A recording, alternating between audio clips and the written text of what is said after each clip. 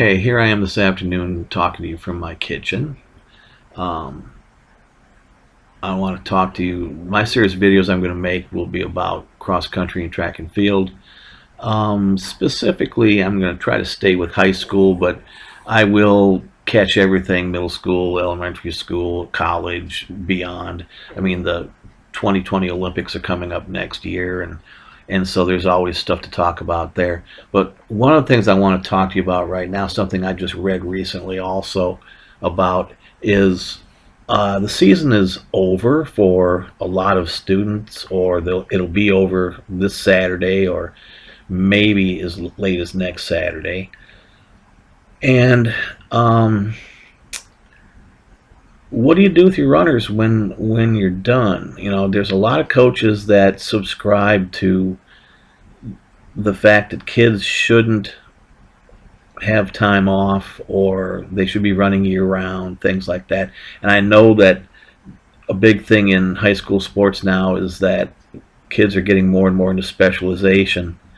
I used to think that way back when I first started coaching back in the late 70s, early 80s. I don't think that way anymore. Just to let you know, I'm retired. I don't coach anymore. But I have always been under the opinion that you need to give these kids some rest. I mean, these are kids. They're 15, 14, 15, 16, 17-year-old kids. Their bodies are still developing. You can't push them real hard. They need a little time off. In all my years that I coached, one of the things that I did was at the end of the state meet, I would give the kids probably at least 3 weeks off. They can go do other stuff. They can, some kids are going to go on to another sport in the winter, whether it be basketball or hockey or swimming or wrestling or something to that effect. I know that I wrestled for a couple of years in high school, and I had no problems making it through the workouts and being able to make it to the third period if I got that far in my matches. The endurance wasn't a problem because of cross country. But at the same time, it was a completely different type of working out. If you have kids that are just runners and their next sport is going to be whenever you start track, I would suggest that you probably want to give them some time off. One of the things I found is after the end of the state meet, I usually like to give at least 3 weeks off. I usually tell them don't start running till after Thanksgiving. That way they've had some time off. They've had Thanksgiving time off. And then I tell them to come back and just start running, maybe 2, 3, 4 days a week just to kind of maintain their fitness. But they need the rest. They need to be able to recharge their bodies. And so I think giving them this time off is crucial to actually move them forward and get them to be better runners. And I think that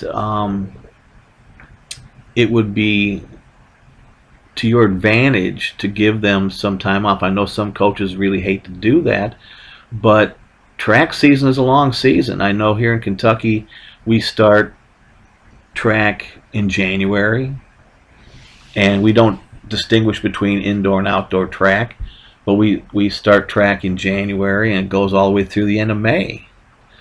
That's a 5-month season. That is a long season. And so you probably want to give them some time off, let them relax. I know when I would start back in January with my runners, we'd only go 3 days a week. And we'd do that for the whole month of January. And then for February, we'd bump it up to 4 days a week. We wouldn't even go to 5 days a week until probably, first week or so of March, just to make sure that we're easing ourselves back into it. You're getting some kids that didn't run in the fall that are coming out for track, like sprinters and folks like that. And so you want to give them a chance to get acclimated to the sport. You also don't want to burn your kids out. I had a kid, he ended up being a two-time state champion for me in the 800 meters, once indoors and once outdoors, back in the late 90s and 2000. And he started running this one year, I think it was 1999. In January, went all the way through track season. We had an indoor track meet or two, and went all the way through track season. And instead of taking time off at the end of track season before he started his running for cross country, he just went right into cross country training.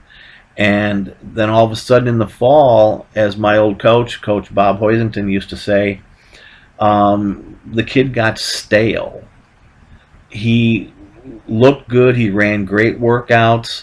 But when he would run a race, he'd go out and he just could not sustain his drive, and he would just, for whatever reason, lose his energy, slow down, and get passed by people that had no business beating him.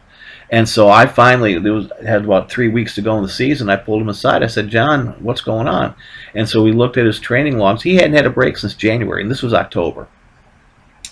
So I'm a huge subscriber of giving rest at the end of track season and at the end of cross-country season. I think at the end of cross-country season here in Kentucky, we are allowed to start July 15th.